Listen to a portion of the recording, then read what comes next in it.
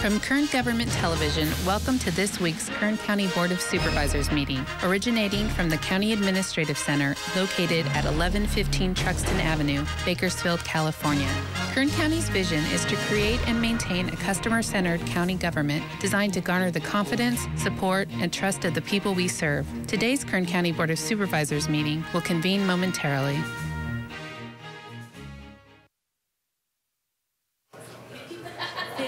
Good morning. Welcome to the Tuesday, June 5th meeting of the Kern County Board of Supervisors. The board will reconvene. Madam Clerk, would you please call the roll? Supervisor Gleason. Here. Supervisor Scribner. Here. Supervisor Maggard. Here. Supervisor Couch. Here. Supervisor Perez. Go vote. We're going to have a flag salute this morning, followed by a moment of prayer, silence, and meditation. Our flag salute is going to be led by Carly Cornford, who is an intern at Public Health. She's a junior at Baylor University. Well, that's a fun place to go to school. And she is a graduate of Frontier High School. So good morning, Carly. Could you please lead us in the flag salute? Salute. Pledge. I pledge allegiance to the flag of the United States of America and to the republic for which it stands, one nation, under God, indivisible, with liberty and justice for all.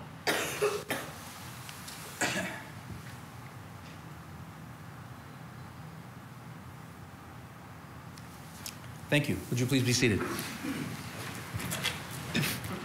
Thank you, Carly. I appreciate you doing that for us. We have a number of items on consent this morning that are indicated in your agenda, on your agenda with a CA above the item number. And if you want a copy of the agenda, there are some of those available at the back of the room. So I'm going to go over what the consent items are, and then we typically consider consent items all at once. They're considered to be routine by staff and non-controversial, so they typically are voted on all at once. If you have a question about an item on consent, I'll give you an opportunity in a moment to ask your question. And then if a member of the board wishes to pull that item from consent, that's at the board's discretion to do so. So we'll see how that goes. So starting on page 2 of our agenda, items number 1 and then 5, 6, and 7. On page 3, items 10 through 13, and then 15 and 16. On page 4, all the items 17 through 23. On page 4, all the items 17, I just said that, through 23. On page 5, all the items 24 through 31. On page 6, all the items 32 through 39. On page 7, all the items 40 through 47. On page 8, items 48 through 50, and then 52 through 55. On page 6, all the items 56 through 63. On page, did I say 6? That was page 9. On page 10, all the items 64 through 72. And finally, on page 11, items 73 through 78. Do any members of the public have a question about any item that is on consent this morning? I don't see anyone that has a question about consent. So, colleagues, is there anything you'd like to pull, or is there a motion to proceed with the consent calendar? Motion to approve consent calendar, Mr. Chairman. Second. Thank you. Thank you. Please cast your votes.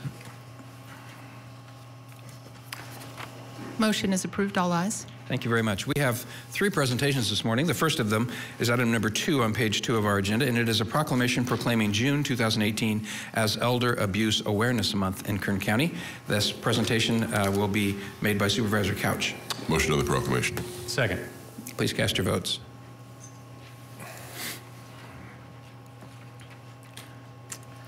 Motion is approved. All ayes.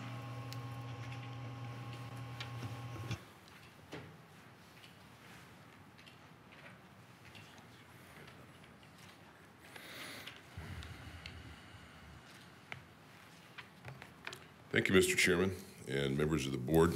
A wise person once said to respect the old when you are young and to help the weak when you are strong. And it is in that vein that we are going to proclaim June as Elder Awareness Month in Kern County. And I'm going to read the proclamation, say a couple of things, and read the proclamation, turn it over to a familiar face to all of us, Lito Murillo.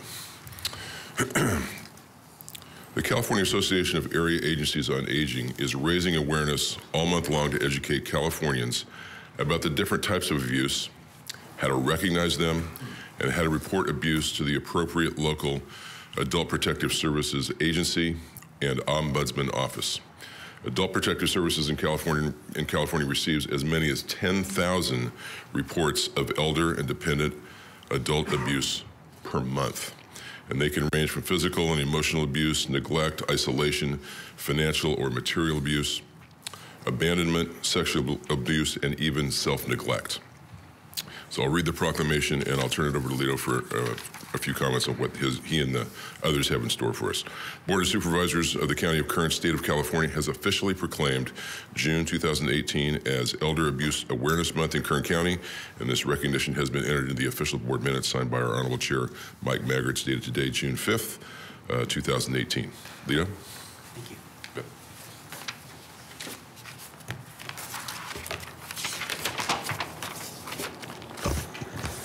Good morning, Mr. Chairman, members of the board. I'm joined here today by Bill Walker, your Director of Mental Health Services, and Jeremy Oliver, who is the Program Manager over Adult Protective Services. Thank you very much for this proclamation. Elder abuse is a growing issue in our community. Unfortunately, the number of referrals we get year in, year out continues to grow as we have more seniors continuing to age. As Supervisor Couch alluded to, there's various forms of elder abuse. There's physical, sexual abuse, mental, emotional, financial abuse, which we're all pretty familiar with, obviously, and neglect, including self-neglect. So the last form of abuse really talks about why our topic is what it is as far as the Elder Abuse Conference that we're hosting. It's centered around mental health and, in particular, opioid addiction among seniors. According to a study from the Substance Abuse and Mental Health Services Administration, between 2002 and 2014, misuse of prescription opioids increased in adults over the age of 50, while in contrast, it decreased for adults between the ages of 18 and 25. Older adults tend to be using multiple medications, which complicates things and can interact with opioids and cause some serious issues. In addition to that, as people age, medications impact them more strongly because it stays in their system longer. This proclamation kicks off our efforts to create awareness on this issue and elder abuse in general. We host the event in June to coincide with the World Elder Abuse Awareness Day, which is on June 15, 2018. As part of this campaign, we partner with the District Attorney's Office to market, promote, and spread the word on elder abuse, knowing abuse, and reporting it. You may have already seen the billboards throughout towns advertising that slogan.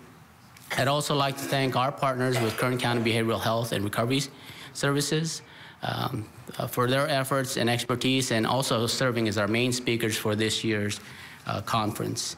I'd also like to take this opportunity to thank your social workers and staff at Aging and Adult Services for the tireless work that they do protecting and safeguarding our seniors.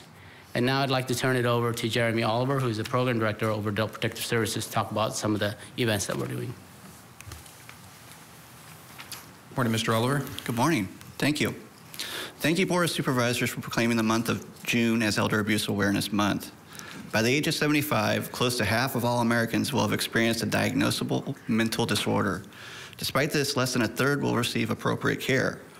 Often depression, the most common diagnosis in this population, is overlooked as part of the aging process, when in fact it is a treatable condition that can improve overall health. Locally, Adult Protective Services investigated over 4,000 referrals of elder and dependent adult abuse last year. I can recall one of our victims telling me how she was taken advantage of by con men. She shared with me how she was feeling overwhelmed, having retired and taken on the responsibility of becoming the care provider to her husband, who was suffering from dementia. She told me how she knew better, as when she was working, she handled contracts as part of her daily job. But on the day they showed up to her door, she just wanted to trust that they were there to help. They came when she was most vulnerable and overwhelmed. They came when she was depressed and susceptible to their tactics, and the abusers took money and precious time. Additionally, we've all come to be aware of the opioid epidemic that impacts our community, but is commonly overlooked in our senior populations. In Kern County, there were 59 overdose-related deaths involving people 60 years of age or older. Unfortunately, we find seniors who are abusing their prescription medications, resulting in frequent hospitalizations, falls, and other related injuries. Not only do we find seniors who are abusing opioids, but also being abused to obtain access to the opioid prescriptions they have legally obtained. Unscrupulous family members or friends will steal the medications from them to either sell or illegally use for themselves, leaving the senior without proper medications for their medical needs, and often because the senior's limited budget, with a difficult decision to try to pay for additional medications or food. Thankfully, in Kern County, we have great support systems to aid us in the fight against elder abuse, such as your board, the Commission on Aging, the District Attorney's Office, Sheriff's Office, Behavioral Health and Recovery Services, Public Health, Kern County Veterans Affairs, Long-Term Care Ombudsman, California State University of Bakersfield, and other local law enforcement and county agencies and departments. It is through this collaborative effort and ongoing efforts to educate that we will continue to protect the seniors and dependent adults in our community. This is why I'm pleased to announce this year's 21st Elder Abuse Conference is titled Behavioral Health and Opioid Crisis Impacts on Seniors in Kern County. Our event will be held Thursday, June 14th, which is the day prior to World Elder Abuse Awareness Day, at Hodell's Country Dining.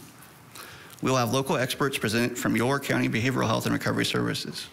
We will continue to bring additional information to this board of the ongoing efforts being made in the county of Kern. And again, thank you for proclamation in support of Kern County Elder Abuse Awareness.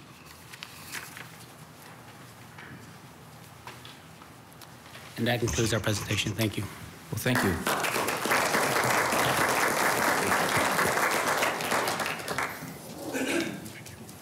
I want to commend Mr. Merlo particularly for an instance a while back when a constituent of mine was in a horrible circumstance, and the lady's neighbor came and over and saw and called me, and I called Lito way late at night, and until way into the late evening and early morning, he was engaged making sure this poor little lady was okay. So I appreciate what you guys do.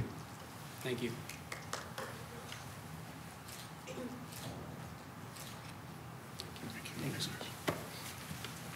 Next is item number 3 this morning, and that is a proclamation proclaiming June 2018 as Animal Services No Kill Effort Awareness Month in Kern County, to be presented by Supervisor Gleason. Motion on proclamation. Is there a second? Second. Please cast your votes.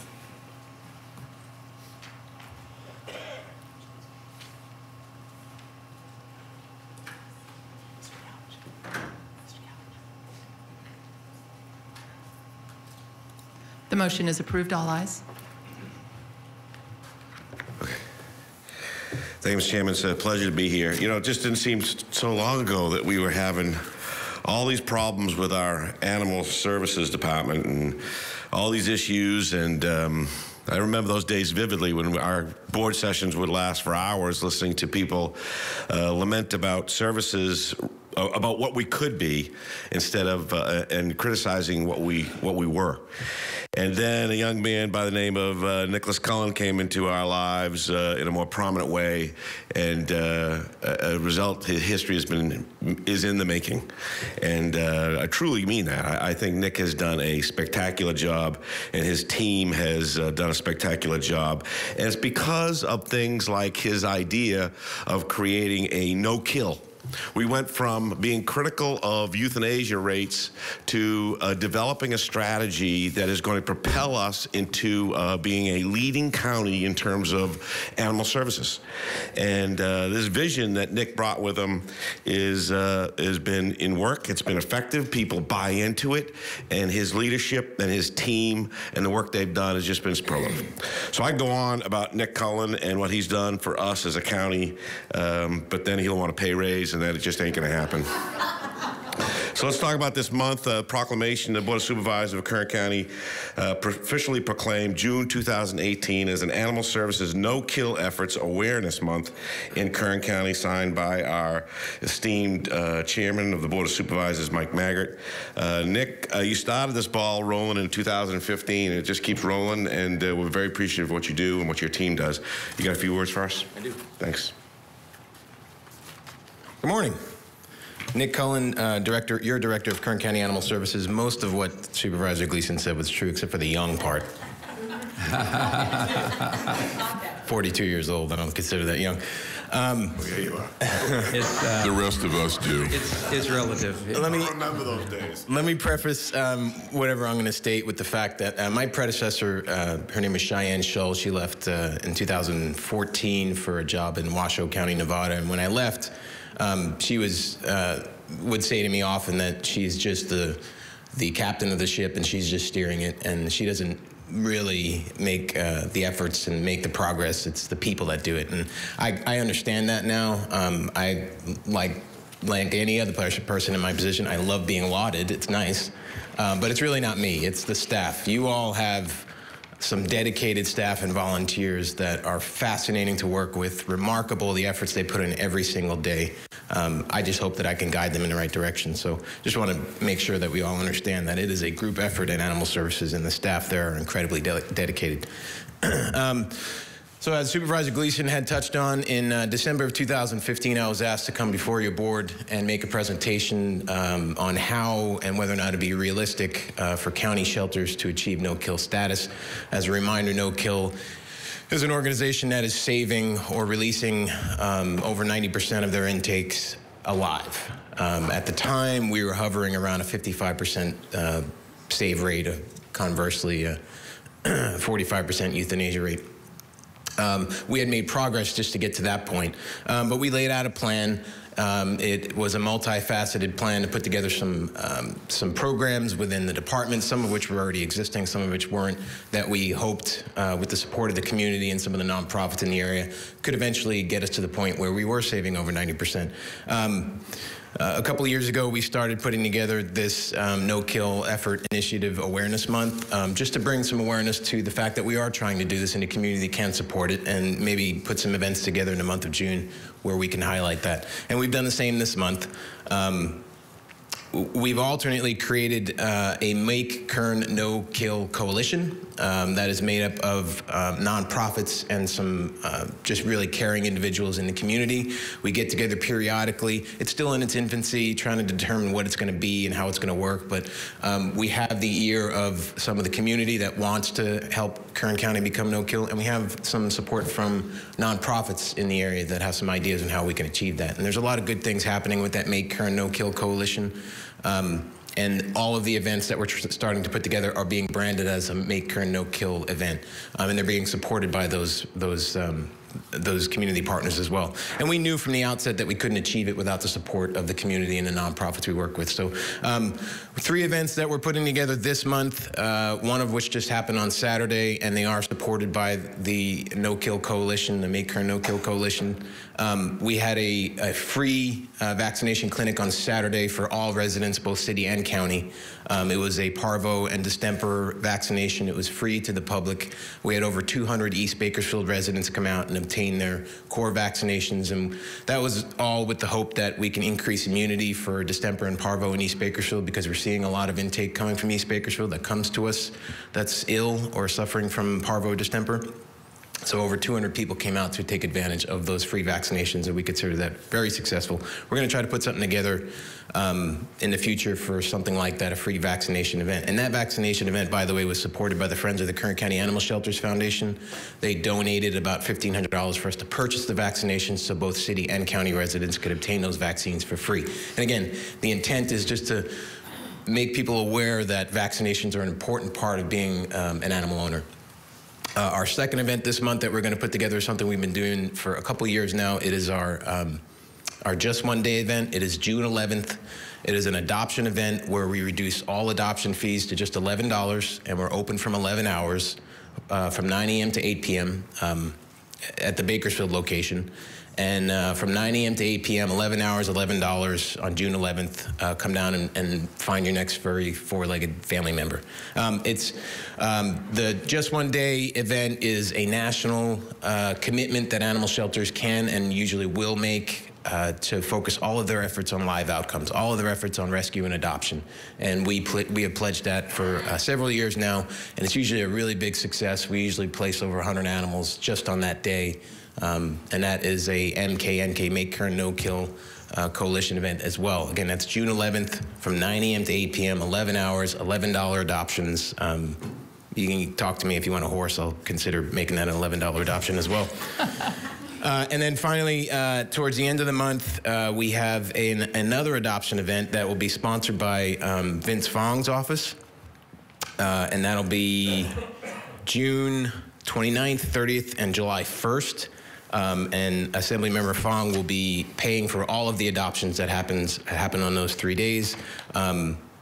So the adoptions will be no cost to the public for those 3 days. They'll be reimbursed by the Assembly members. So June 29th, 30th, and July 1st, those 3 events will all be at the Kern County Animal Shelter, all supported by the Make Kern No Kill Coalition. Lastly, I wanted to update us when we started on this journey towards no kill. Like I said, we were achieving about a 55% save rate. 55% of all the animals that came to the county were making it out alive. Midway point in the calendar year 2018, we're saving just under 80% of the animals that come to us. And that is just a product of the nonprofit organizations that support the county and the public that are coming out in droves to adopt animals. And we couldn't be more pleased with the progress we're making. Alternately, the other great thing that we're seeing here is the spay and neuter funding that has been given to us by the Board of Supervisors now for several years, which, by the way, I don't believe the board gets enough credit for supporting spay and neuter like they do. There's not many other county Board of Supervisors that support spay and neuter like you all do, and I just wanted to express my appreciation for that. When we started it, we knew that it needed to be targeted because we saw high intake areas, most notably 93305, 6, 7, 8, and then the Lamont area. Those were the high intake numbers, intake areas. Our spay and neuter program it started out targeted, and by targeted, we allowed nonprofits, several nonprofits, to operate in those targeted areas because they were high intake. Those nonprofits either are now defunct or their spay and neuter mechanisms are now defunct, and there are no more nonprofits that are involved in the spay and neuter program. However, what we've noticed is that the targeted approach has kind of taken on itself because the majority of people that are taking advantage of the spay and neuter program come from those targeted areas. And it's significant proportion of the spay and neuter funding is going to those targeted areas. Again, 93305, 6, 7, 8, and Lamont. So much so that in 2014, when we basically started the spay and neuter program, we were taking in about 9,800 dogs and cats from just those targeted areas. And we're on pace this year to reduce that by about 2,000 dogs and cats. What does that mean? That means that spay and neuter is taking effect, especially in those targeted areas. About 60 to 65% of the spay and neuter funding goes towards those targeted areas, and we're seeing a significant reduction, especially in dogs that come in from those areas. So that's what we're hoping for. I mean, that spay and neuter funding is supposed to pay off on the back end by reducing overall intake, and it's starting to pay off. So I wanted to close by just, again, saying come out June 11th, 9 a.m. to 8 p.m., adopt your next best friend, $11, support the county's no-kill initiative, and thank you for the support that the board has given the department and the community, really, to achieve this goal. Congratulations.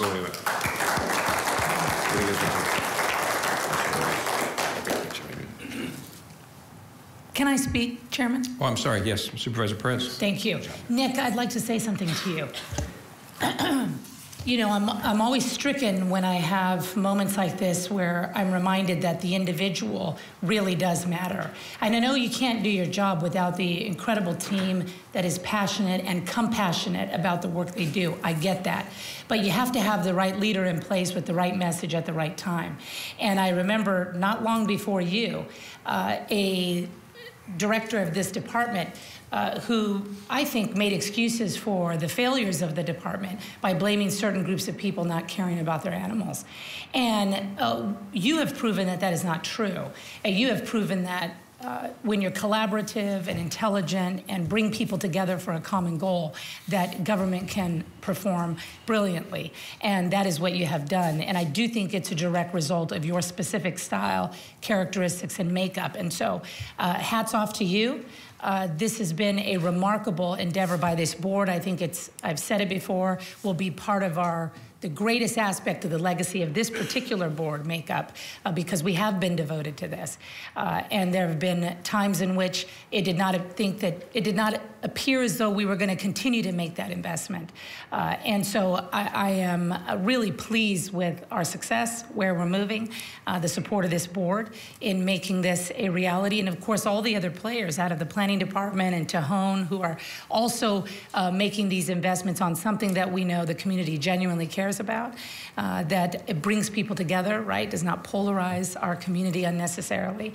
And so really, I have a heartfelt, deep gratitude to your leadership, your team, and what we're doing to leave a remarkable legacy as mere humans who happen to love our our four-legged friends. So thank you very much. I'm really grateful to you. And a special thank you to my colleague, Zach Scrivener, who at a time when it appeared this was not going to continue as chairman, he really fought for this funding. And so the individuals do matter, and we do take responsibility, and I think credit when it's due. So thank you. Thank you.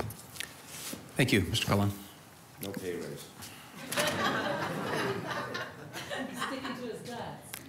Next is item number 4, which is a proclamation proclaiming June 1 through July 31 as Kern County Library's annual Summer Reading Challenge. Supervisor Scrivener is going to make this presentation. Thank you, Mr. Chairman. Motion on proclamation. Second. Please cast your votes. Motion is approved, all ayes. As the supervisor is making his way to the microphone, I wanted to congratulate Andy Sullivan for the Touch a Truck event over the weekend. 5,000 or 6,000 people came to the event. I know that my wife and I struggled terribly to find a place to park because it was what a wonderful problem to have. And you won a beautiful Bakersfield Award for your Hart Park After Dark effort. So congratulations to you and your entire department. Thank you. And I probably just stole all of Supervisor Scrivener's thunder, so my apologies. Well, thank you, Mr. Chairman and members of the board. It's a pleasure to be before you today. This summer, the Kern County Library has themed its Summer Reading Challenge as Reading Takes You Everywhere. And with the hot summers we experience here in Bakersfield and Kern County, maybe reading a book about a cooler climate may indeed take you somewhere else. The Kern County Library's Summer Reading Challenges seeks to encourage children and teens to read books of their choosing, not as school teachers, to instill a love of reading and a powerful way to learn something new about any subject imaginable from the comfort of a child's own home. Studies have shown that children who read for fun over their summer vacation often perform better than other children as school resumes. This summer, 7 of the county's branch library locations will offer the Lunch at the Library program, where children and families may learn, have a balanced meal together, and participate in activities designed specifically for families ranging from art to dance to storytelling. Also new this summer is the Kern County Library's Amnesty Program. This is a one-time program that for 2 weeks from June 25th through the 30th and July 30th through August 4th, all of your accrued library fees will be forgiven. So it's my honor on behalf of the Kern County Board of Supervisors to present this proclamation. So Andy Sullivan, please come up, our library director. The Board of Supervisors of the County of Kern, State of California, has officially proclaimed June 1st through July 31st, 2018, as Kern County Library's annual Summer Reading Challenge. And this recognition has been entered into our official minutes, signed by our Honorable Chairman, Mike Maggard. Andy, please come forward. Thank you for everything you do. You're welcome. Thank you. And I'll repeat with what Nick says, this is definitely a team effort, that's for sure. And maybe Chairman Maggard, maybe you did steal the thunder because he didn't even mention Touch a Truck. He was there. Yeah, I was there. Good morning. Anyway, I'm Andy Sullivan, your Director for Libraries in Kern County. And this morning I'm going to just let you know what's going to go on. I'm going to talk just a little bit about the Summer Reading Challenge in libraries and how we play a role in our community. Jasmine Labasso is going to talk about our Amnesty Program, which is our first time ever in Kern County. And then we're going to have Sherry Wade talk about the kickoff and Touch a Truck, and we will end with a song, an original song. So with that said, we have to ask ourselves in Kern County, what could happen when students are engaged reading over the summer months? Can we defy the odds and avoid the summer slide and increase reading proficiency in local students? We can and we do. The Kern County Library plays a role every summer in our 24 branch libraries by connecting young learners and students to their community through books, reading, and a variety of learning activities. Our Kern County libraries are creating summer reading programs that are triggering curiosity in our local students and challenging them to read more during the summer months. Also, summer vacation can bring challenges for children living in underserved communities with reduced access to healthy foods and learning enrichment programs and safe communal spaces. These children often struggle to have their basic needs met during the summer months. So how many Kern County kids qualify for a free or reduced lunch? 71%. I say this every year because I still think it's an astonishing number of children in our community that qualify for free and reduced lunch. So with that said, we added 2 additional sites this summer, and I'll let Jasmine talk about that in lunch sites this summer. So that is a huge number of children, 18 and under, that are living at or below the poverty line. And what happens to these children during the summer months no longer have access to school lunches? They don't eat a lot of the times. And unfortunately, that's the problem. So with that said, I'm gonna have Sherry Wade talk about the kickoff and touch a truck.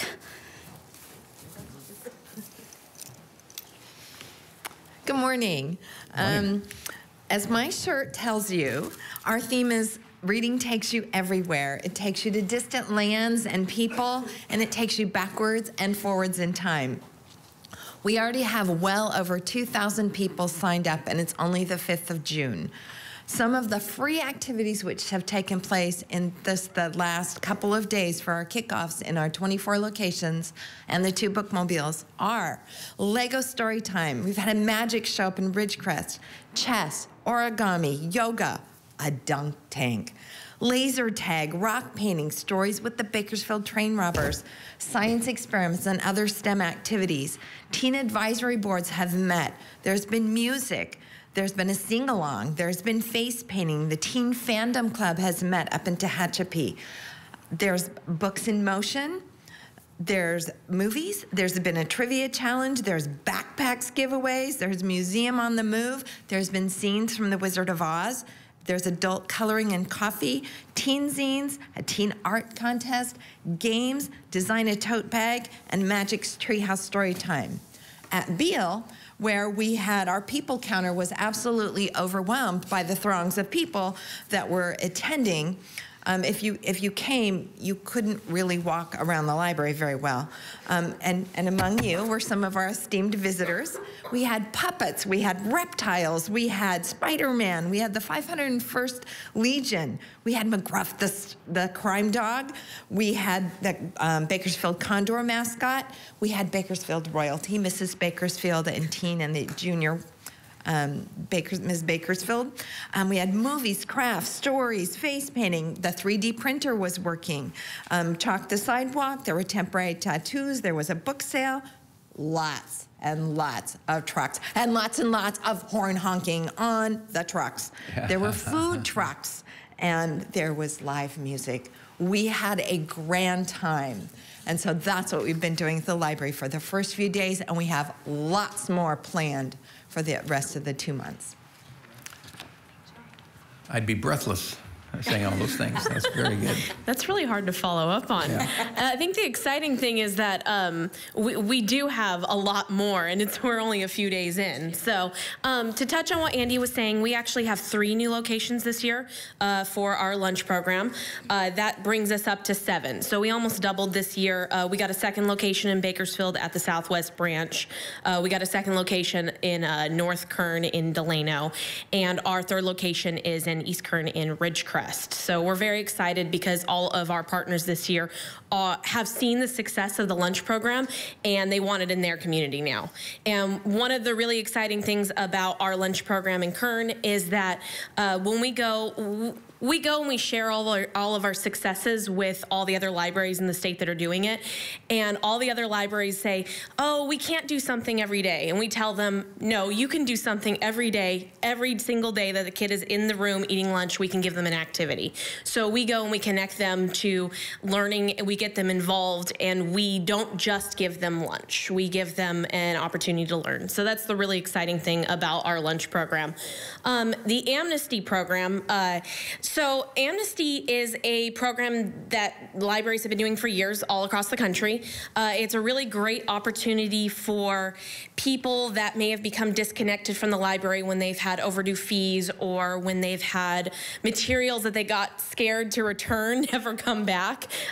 It's a great way to bring them in, show them that they can still participate in the library, that they can reconnect, and it's also a fantastic way for us to get some of our materials back. A lot of times when libraries do this program, they get an overwhelming amount of materials returned that people are just simply afraid to return. And it helps break down that barrier that we want them to learn, and that is one of our main goals. So our Amnesty program this year, we really wanted to give everybody a chance to come back. So if somebody has a material that they didn't return, they can bring it in and get their accounts wiped. If they're an adult, they can make a donation to the library. There's a list online. They can make a donation for animal Animal Services, or they can make a canned food donation. And if they're a kid, they can read down their fees. So they just have to read as much as they can. There's no limit to when we will wipe anything away. There's no limit to how many donations they make. We're just trying to bring them in and get them connected to all the wonderful activities and services that we have. Of course, as would be pointed out, if they're already in collections, we really can't do much. But if they're not, we will work with them, and this is a really, really great opportunity for our customers. As a part of our Amnesty program, we're doing a really cool marketing push, and that includes a very special music video that we put together that Ariel is going to give you a preview of. So, Is this song a quintet? Are all 5 of you going to sing? No, that would be thrilling. I'll take a step. Yeah. Don't worry, I won't make you do any interpretive dancing or anything. You're good. So good morning. I'm going to sing a sneak preview of the song. I don't want to take up too much of your time, and I also want you to see the full music video when we debut it on social media. So here we go. It's Baby Come Back, but I rewrote the lyrics, so can't take too much credit.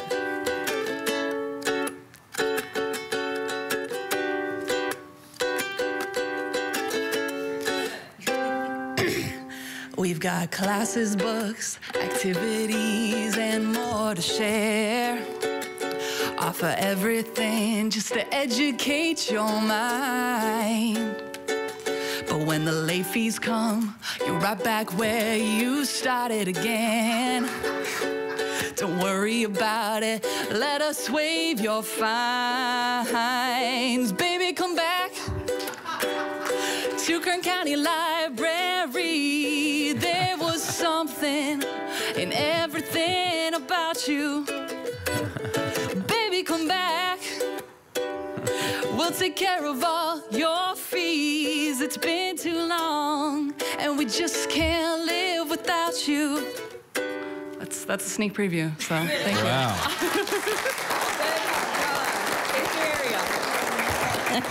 Thank you, Ariel Dyer. Supervisor Scrivener had a little lighter he was flicking there in the back of the room. We were doing the wave back there. Cell phone light. Oh, yeah. Anyway, we have a lot going on as we have demonstrated this morning. We think we're probably going to have close to 3,000 activities around the county this year. Last year, I think we had 2,500. And we had over 48,000 people walk through our doors in those 2 months. So we've challenged ourselves to surpass that. So thank you for your time this morning. Thank you for your support. We have one more comment that we'd like to make to you through our CAO, Mr. Alsop. Yeah, thank you, Mr. Chairman. I know this is a little untraditional during this time, but I did want to thank Andy and her whole team. Andy and her team are, as you just seen, representative of some very high-powered talent, in my opinion, in Kern County. And she is, with her staff, really reinventing the Kern County library system. There's an evolution going on, and she's in charge. And she is really taking us to the next level. And if you doubt that, you need to show up Saturday at Touch a Truck downtown. We're not kidding. There were 5,000 or 6,000 people at least there. And it was quite, I mean, it's taking the library, when I talk about reinvention, taking the library off the bookshelves, off the book stacks, and making it more three-dimensional for people in this community. And it's all free. So I'm just really excited. I'm inspired by you all, and I want to recognize how valuable you are to the county. Congratulations on your great Hart Park event and the award from beautiful Bakersfield. And I know you're not done. And so whatever my office can do to continue to assist you and your staff on doing great things, we're gonna do that. So I really appreciate it. Thanks, Andy. Thank you. And one more comment from Supervisor Gleason. Yeah, I wanted to piggyback on that and thank you. You're changing my paradigm of a library and what it is, and I really sincerely appreciate that. I also know, Mr. CAO, that your Amanda Ruiz was involved in this team, so pass along our thanks for all she's done and contributed. Thank you very much. You're welcome. Thank you. Thanks, Supervisor. I just want to add, my 6-year-old boy who was at Touch a Truck said it was his best day is what he told me. Yeah.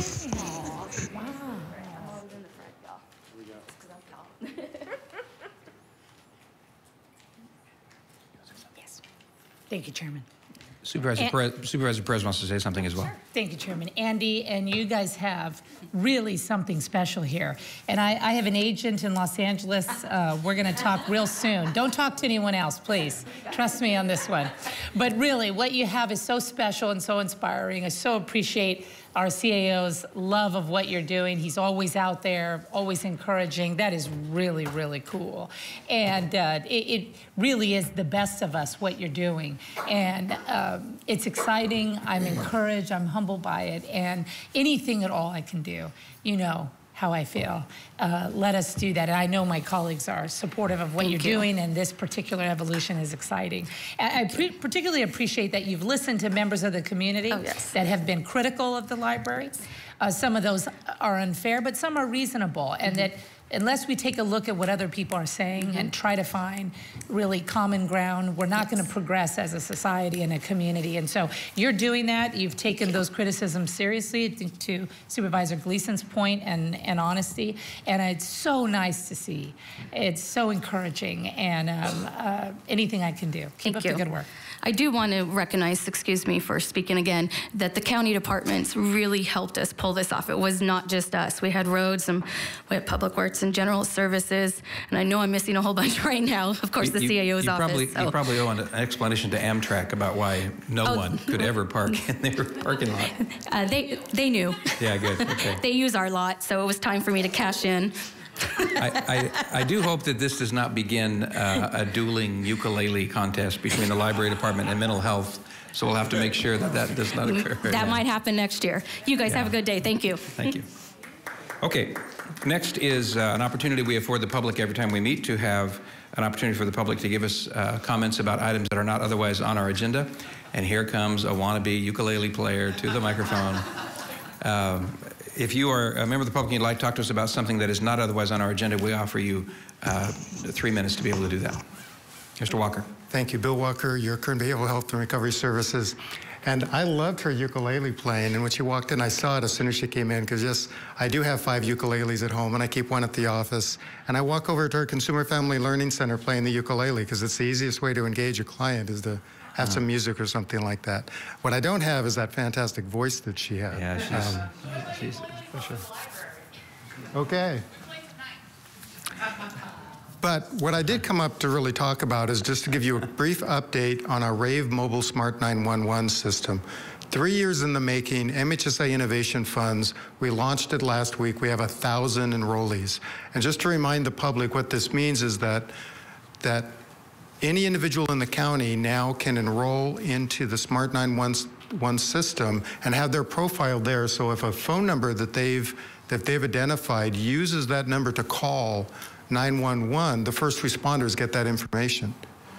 Across the country, that has saved deaf people in burning homes. That has saved people that they would know the medical condition that they might be responding to when they're responding, because having knowledge saves life and it helps protect our first responders. So I just wanted to bring to your attention that some thanks to all of our law enforcement agencies. Our fire department and the other fire department agencies will be added in the coming year.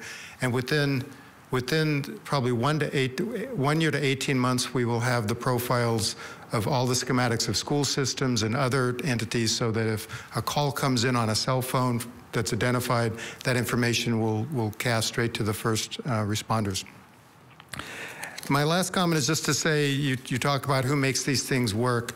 Lynn, if you could stand up for a second. Lynn Course is really the person who's been working for 3 years on this project with your law enforcement and other agencies, and I just want to acknowledge her in your presence. Thank you. Thank you, Lynn. Are there any other members of the public that would like to speak this morning? Please give us your name and then proceed. We'll give you 2 minutes to be able to explain your idea. Good morning. Good morning. My name is Julian Trevino. I am the Vice President of the Kern County Detention Officers Association. I am here to request funding for detention deputy academies. I request this funding be specifically allocated to fund detention deputy academies. The last few weeks, the mandatory overtime shifts your detention deputies are being forced to work has increased compared to previous weeks. As a result of the mandatory overtime, detention deputies are finding other careers. Other detention deputies have resigned without a plan for other employment opportunities. They have expressed that their physical and mental health were more important than working every day in unsafe conditions. Recently, a detention deputy was assaulted and injured. Your detention deputies deserve better than this. They deserve to work in a profession that doesn't force them to be away from their wives, children, and families for an unknown amount of time, and to have the stress compounded by working in unsafe environments. Detention deputies face the following reality each work week. Before they end their work week of 12-hour shifts, detention deputies receive an email ordering them to work an extra 12-hour shift on one of their days off.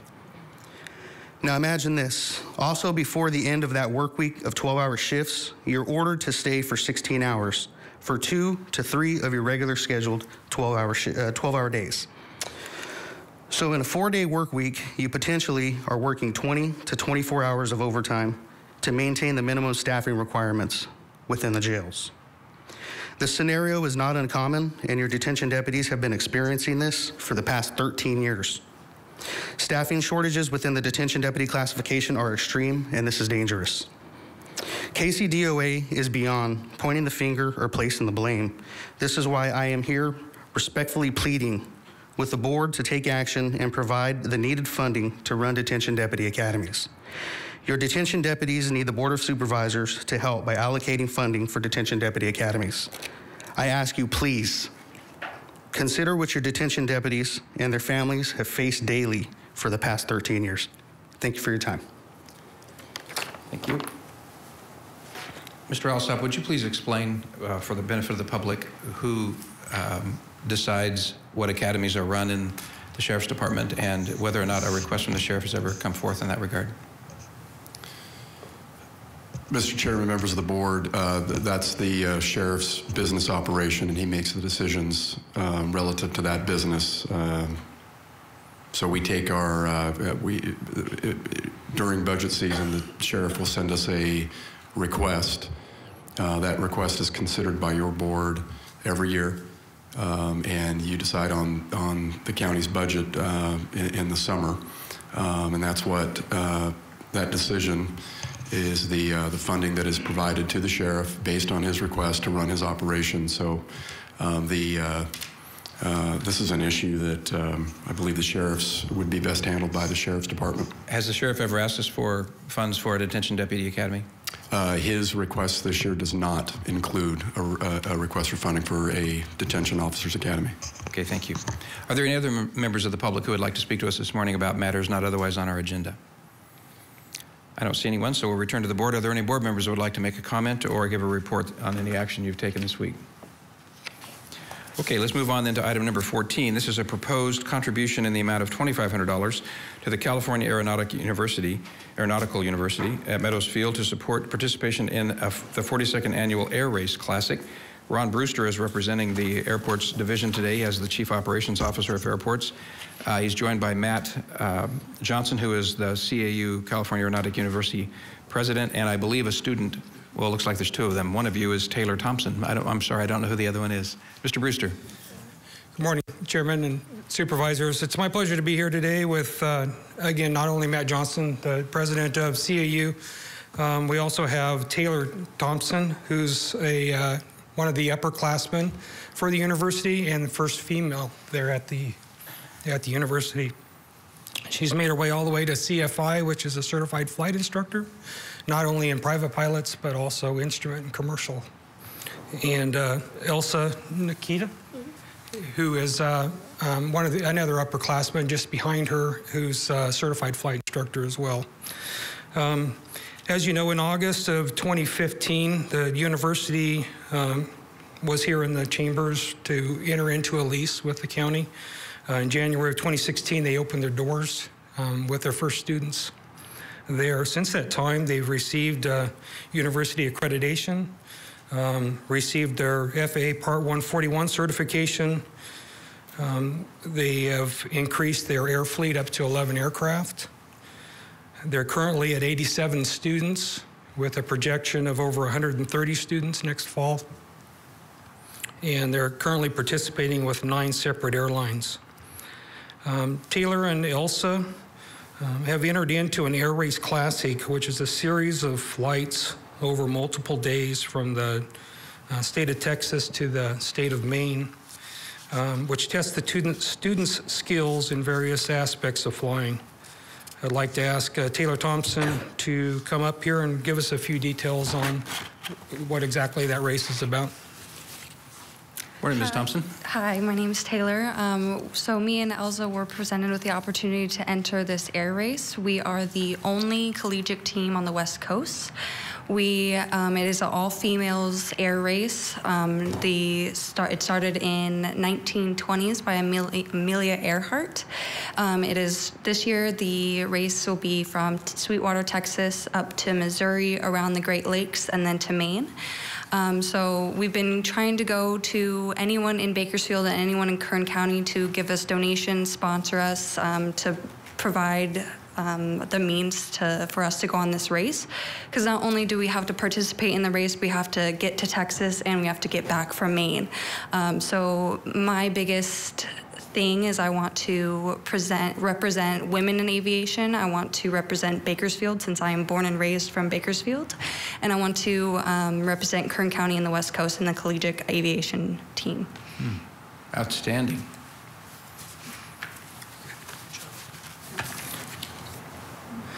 Okay, events like this allow the university and the Department of Airports to not only market but promote aviation in the community. These women will, as Taylor said, not only be representing their home base here at Meadows Field Airport, but also Kern County and the state of California, and being the only California collegiate team registered in this competition. Funding is available through the Airport Enterprise Budget, Unit 8995, to accommodate this request. Therefore, it's recommended that your board approve the contribution in the amount of $2,500 to support participation of a team from the university in the 42nd Annual Air Race Classics on June 19th through the 22nd, the year 2018, and authorize the auditor, controller, county clerk to pay. Thank you very much for your presentation. I'm certainly in support of this. I hope that you send us some photos that we'd like to see as you progress along the way, what's going on there. So, Matt, do you have anything to say this morning? I just want to take the opportunity again to, give you all of appreciation for the support of the university and what we're doing out there at the airport. We're, becoming one of the largest employers at the airport. We employ over 60 employees out there, and we're really proud. We also have about 10% representation of females at the university, which is a high representation of females comparatively to other aeronautical universities. So thank you for your support. We very much appreciate it. Our pleasure. Colleagues, do you have any questions before we go to the public? Any members of the public have a question or comment about this request to support these young ladies in this race with $2,500 from our airports division? Okay, I'll just return to the board. Any comments? Supervisor Perez has punched in. Great job, ladies. I'm very, very happy to see you here. Please contact my office. I'd like to support you as well. Yeah, thank you so much. Motion on staff's recommendation. Thank you. Second. Good luck. Please cast your votes.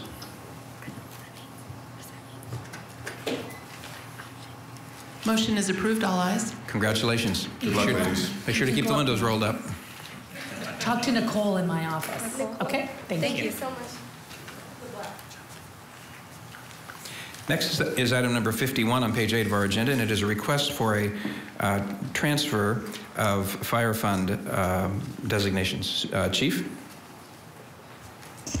Chairman Magrid, members of the board, the item before you today is to cancel designations in the fire fund and move it into salaries and benefits. This is an administrative action. A little history. The auditor controller performed an audit of overtime paid to county employees, and there were identified savings in the fire department's budget. As we went forward with negotiations with the firefighters union, we were hoping to realize some savings, and concurrently we were doing our budget development. We work with the CAO's office in anticipation of having a fire department contract with the firefighters union. nearly $2 million was reduced in appropriations to salary and benefits. Unfortunately, we were not able to come to agreement with the firefighters union, although we remain in negotiation and hopefully we can realize savings going forward. As we went through the end of the budget cycle, we've identified that we need 1.544073 moved into our budget to cover salaries and benefits towards the end of the year. This will give us a balanced budget. I want to make it perfectly clear, this is not any new money. This is not a new general fund contribution. This money is in the fire fund. It is part of the carry forward from the previous budget year. This is an administrative action to bring it into the fire department's budget. We're committed to having a balanced budget as we go towards the end of the fiscal year. Again, my commitment is to work with your board and the CAO's office as we do budget development for the upcoming year. And again, this cancellation of designations, I want to make it perfectly clear. This is no new money. This is no general fund contribution. This money is in the fire fund. It's our carry forward from last year.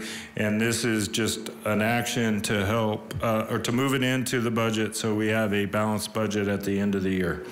Therefore, it's recommended that your board approve the cancellation of fire fund designations in the amount of $1,540,073 and authorize the auditor controller to process the specific budgetary adjustments and accounting transactions. That concludes my presentation. We have staff available to answer any questions your board or the public may have. Thank you, Chief. Mr. Alsop, do you or your staff have any comments for us before we proceed? Yes, Mr. Chairman, members of the board, I want to concur with essentially what the chief said, but wanted to add some additional points for your board and your consideration. And to be clear, this is an item requesting that your board pull from designations to help pay for ongoing salaries and benefits. As the chief said, it was budgeted. The savings was budgeted in this past year in hopes that we would find the savings in our conversations with the fire department's employee union. The bottom line is this item is further evidence of the need to address a structural deficit in the fire fund. You may recall that the funds and the designation that's being pulled from today are mostly the savings that have been set aside from overtime achieved through hiring 18 extra firefighters through the 2-year grant known as SAFER. Those savings were set aside in the designation to pay for an extended period of time, to keep those employees who were hired on for an extended period of time after the grant ends, and it will end in February, this February. Those funds are being transferred now pulled from that designation over to pay for ongoing salary and benefits. Again, we're going to be in negotiation with the employee union at the fire department and their leadership to discuss some opportunities where they might be able to help this county and your board, along with the taxpayers here in Kern County, save a little bit of money, and because we need to, and hopefully find a solution. And I'm optimistic on that. Our fire department's fully staffed, fully funded. Station's fully staffed, fully in operation, ready for fire season. We're ready to go. But this is a lingering problem. We're trying not to have these problems affect the operations. Your board, your leadership on that has been terrific. And the position that our fire department is in terms of being ready to respond to an emergency is illustrative of that support that you have given them. General fund reserves, one-time resources, just to remind you, will be increasing from $4 million this fiscal year to $6 million in next fiscal year from your board. We're projecting that those costs will go up $10 million, or not up $10 million, but up to $10 million the following fiscal year, FY 2021. That's going to be a total of $32 million in general fund reserves depleted for the fire department. If no mitigating efforts are implemented, this is going to be the new norm for our fire department, coming and dealing sort of ad hoc with things as they come up. And anyway, just wanted to add those things, and we're happy to answer any questions you might have. Thank you. Are there any members of the public that would like to make comment to us about this transfer in the fire department? Okay, I'll return to the board. Are there members of the board that would like to make comment, ask questions, or do we have a motion to proceed with staff's recommendation to make the transfer? I'll move approval. Thank you. Is there a second? I have a thought. Supervisor Gleason. Thank you. I have some bigger pictures, and I would like to have the chief's thoughts on what I'm saying and CAO's perspective on this whole deal. I think I understand the whole deal. We're moving money, 1.5 from the fire fund into salaries so we can offset those costs. And those costs were incurred by the SAFER program. Is that true? Well, those employees that we are offsetting those costs for, were they hired by the SAFER program? Supervisor Gleason, through the chair, no, this was built into our budget in hopes that a new union contract could be realized and there would be savings in there. Okay. I understand in an earlier conversation I had with you, Chief, that you talked about $14 million in savings, or not in savings, but that were set aside for you that you did not tap into. Is that correct, what you said? Supervisor Gleason, through the chair, several weeks ago, the fire department, the CAO's office came before your board for a general fund loan of $14 million. This was to cover payroll as we went through the end of the fiscal year. And this was primarily due to our fire cost reimbursements and the failure of the federal and state agencies to pay timely. To date, we've used zero of that $14 million. In fact, yesterday we received a $2 million payment from CAL FIRE. Outstanding at this time is $4 million, and we're hoping to realize all of that in the coming weeks. Looking at our projections going forward, I'm fairly confident that we have enough money in the bank to make payroll and probably will not have to use any of that $14 million general fund loan. That's good news. I'm really delighted to hear that. And I know that's not necessarily something that you could control because it was the time lag between agencies repaying for services. Right. But we budgeted through that, and we built that $14 million reserve in case you needed it, and now you don't need it. It looks like you don't need it, and things are moving along nicely. Yeah, that's correct, Supervisor Gleason, and I would like to compliment the CAO's office. They've wrote letters and hounded people at the state along with myself, and it looks like it's worked. Thanks. I have concerns on a bigger picture about the fire budget. I appreciate the fact that we're 100% manned. I appreciate the fact that we're full up and ready round for a fire season, and I appreciate the professionalism of the firefighters and the fire department in maintaining that position. I'm also becoming more aware of the degree of difficulty of maintaining that posture in the future.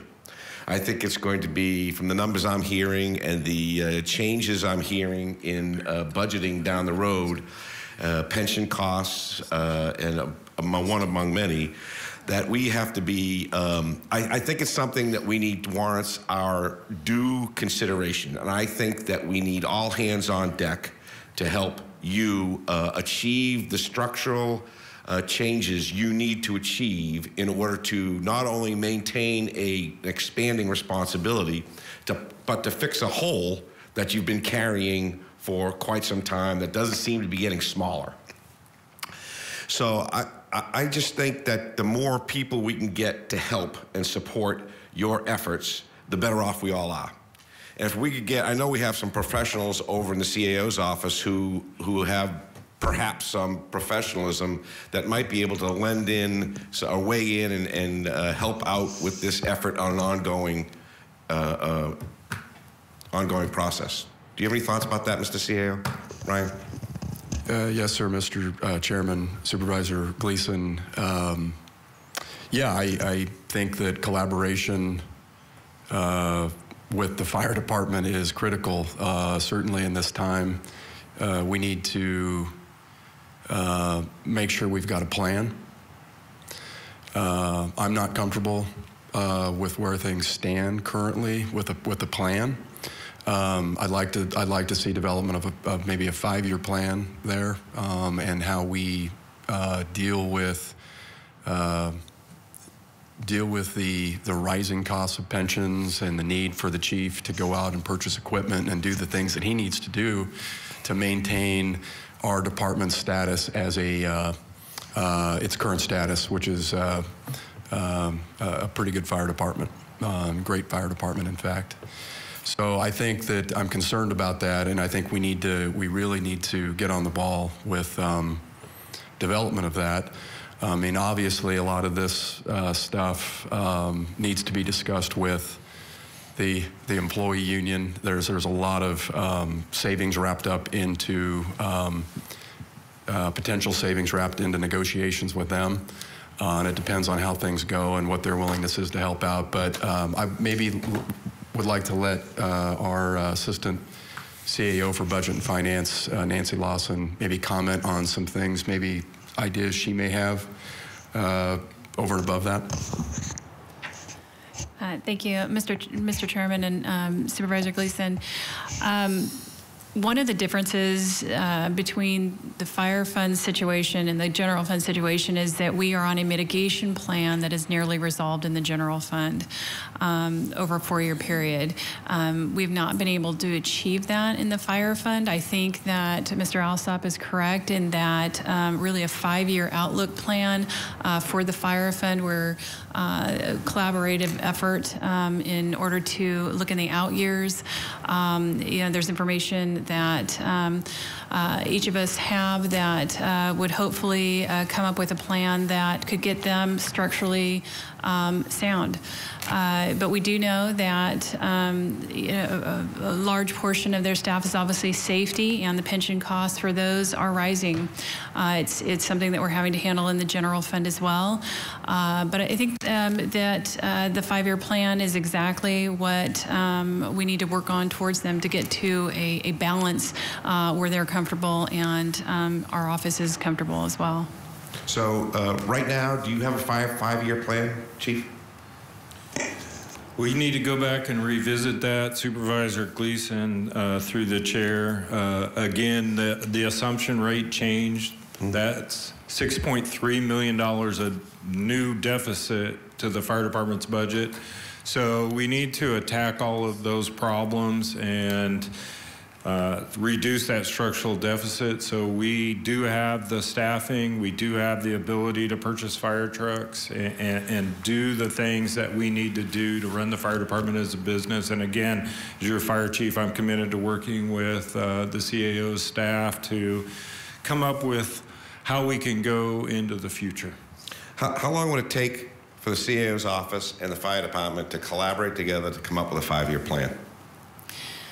Supervisor Gleason, through the chair, we have the information. It's coming up with the managerial decisions and the implementation timelines and those types of things. So we would work with the chief to figure out where those could fall out within within each fiscal year, and then really begin looking at alternatives to resources that are needed, because this is going to be an ongoing problem, especially from a pension perspective, if we're going to keep staffing at the same level. So this 5-year plan is directed at the fire fund, and it's going to be collaborating with the CAO's office and the fire department to fix the structural deficit in the fire fund and to lay out a path forward so that we can continue to maintain the greatest fire department in the world, and we can also set aside or build strategies so that we can, make the right capital investments at the right time, make the right personnel investments, or whatever we got to do to keep us moving forward, to keep us the greatest fire department. Is that true? Supervisor Gleason, that would be ideal, and it's something that we would need to work towards. So does that require a motion, or does this conversation satisfy this board that the CAO's office now can collaborate with the fire department in a more meaningful way on a 5-year plan? What do I need to do to get that to happen? Supervisor, we're more than happy to follow your direction and work with the fire chief and get a timeline down. I think the timeline is going to be critical, so he's hearing the same thing we are. So if that's all in motion, then I'm willing to make the second Supervisor Couch's motion on this issue. Is that sufficient?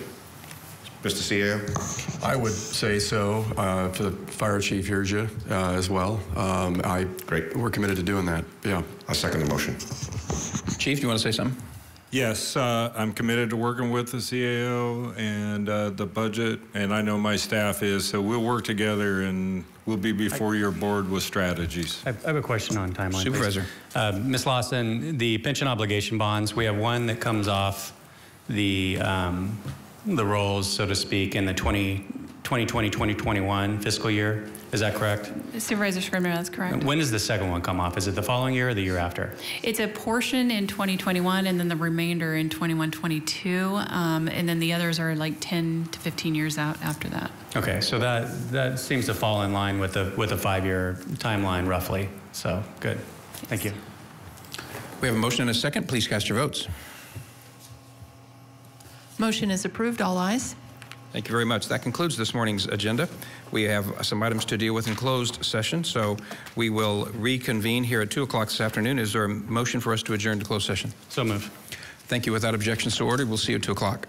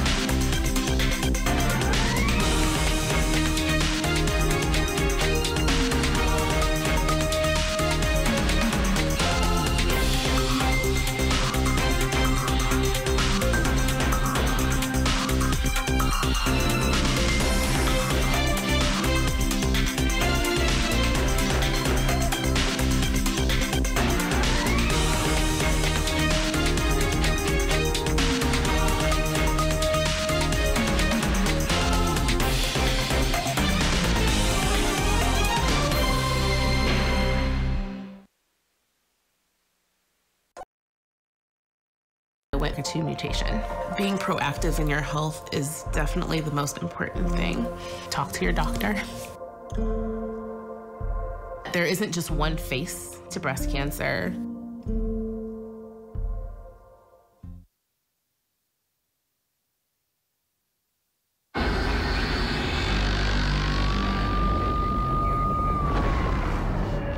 You knew the risks when you decided to drive drunk.